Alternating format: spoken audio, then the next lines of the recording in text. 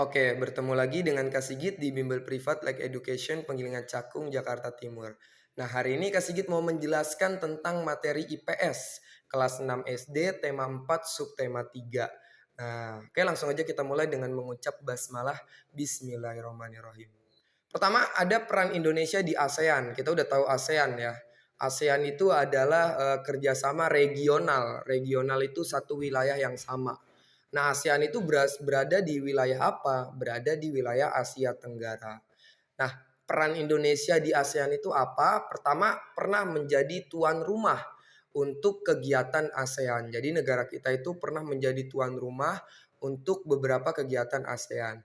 Kemudian Indonesia juga merupakan salah satu pendiri ASEAN dari 5 negara lainnya ya.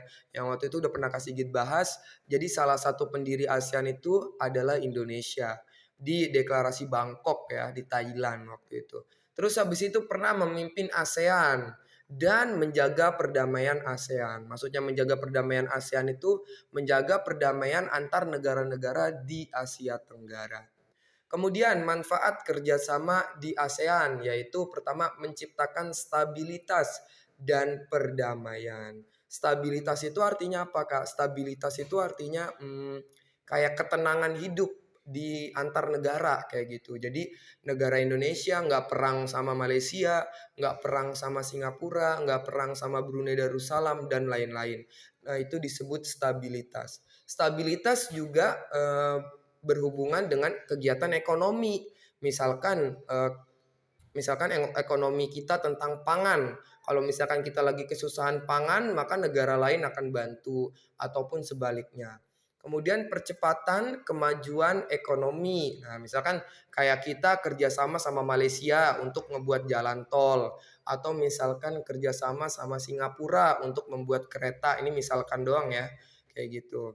Terus habis itu memperjuangkan kepentingan nasional di ASEAN. Nah, jadi negara kita itu harus ikut ASEAN supaya kepentingan-kepentingan kita di Asia Tenggara itu tercapai.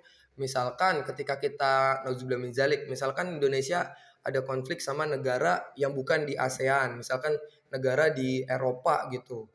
Nah, maka ketika kita ada konflik sama negara Eropa, maka negara-negara ASEAN akan bantuin kita gitu. Nah, jadi itu termasuk ke dalam kepentingan nasional. Oke, sampai sini dulu kita akhiri dengan mengucap hamdalah alhamdulillahirabbil alamin.